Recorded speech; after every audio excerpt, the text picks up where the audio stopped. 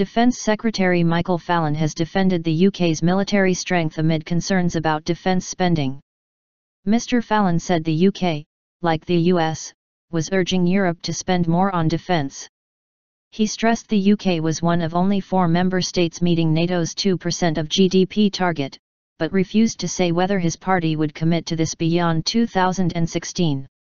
Earlier, a former Ministry of Defence special advisor said Prime Minister David Cameron promised spending would rise after 2015 following cuts in 2010. Luke Coffey said the pledge, given during talks on cuts 5 years ago, had made it easier to swallow a difficult pill. Earlier this week, the Royal United Services Institute said it was inevitable that UK defence spending would fall below that level, and warned that 30,000 more military personnel could lose their jobs, whoever won the general election in May.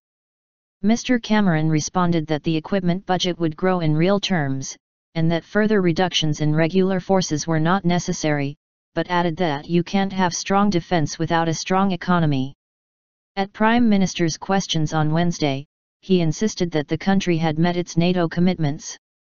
The former Secretary General of NATO, Anders Fogh Rasmussen, has said it would send a dangerous signal to the rest of the alliance if UK defence spending was to fall below the target. He told the BBC the Prime Minister had assured him it would stay above 2%. Leading by example. Speaking to a think tank in Washington, D.C., Mr. Fallon said, "You want Europe to do more to pay its way in defence, so do we. You want to see an end to the decline in Europe's defence spending that has a quarter of the alliance spending less than 1% of GDP on defence and 20 of the 28 members spending less than 1.5%, so do we." He said the UK was leading by example because the country was meeting the NATO target. Mr. Coffey, who was special advisor to then Defence Secretary Liam Fox, told BBC Radio 4's Today programme that the commitment made in 2010 had helped avoid a major backlash by senior military figures against cuts at that time. "That's what made this difficult pill to swallow that much easier," he said. The service chiefs and the ministers at the time knew that in order to take these cuts today, they are going to have long-term growth into the future, and this was the agreement.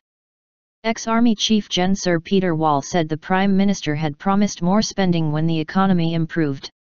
Sir Peter said the significant reduction in the defence budget had been made against the expectation and an undertaking that the budget would increase when the economy started to turn the corner and improve. Meanwhile, the Financial Times has reported that Downing Street is seeking to pad out defence spending by looking to include other areas of expenditure. It said that Mr. Cameron had asked ministers to investigate whether the budget for the country's intelligence agencies could be included towards the NATO target. UK Peace Defence spokesman, Mike Hookham MEP, said this would be a simply dangerous move and that a further drop in spending would significantly reduce the Army's operational ability. Downing Street has insisted it will stick to NATO guidelines when deciding what expenditure counts towards meeting the alliance's 2% target.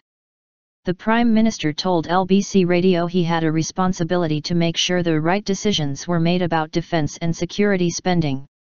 "I look at these things in the round, so I am also concerned about the budget for MI5, the Secret Intelligence Service, GCHQ, counter-terrorism policing," he said.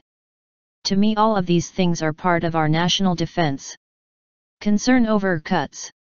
On Thursday, the House of Commons will debate a motion by backbench MPs calling for a legal obligation for UK governments to keep defence spending at a minimum of 2%. The latest contributions to the debate follow concern from senior US diplomat Samantha Power over cuts to defence budgets in Europe.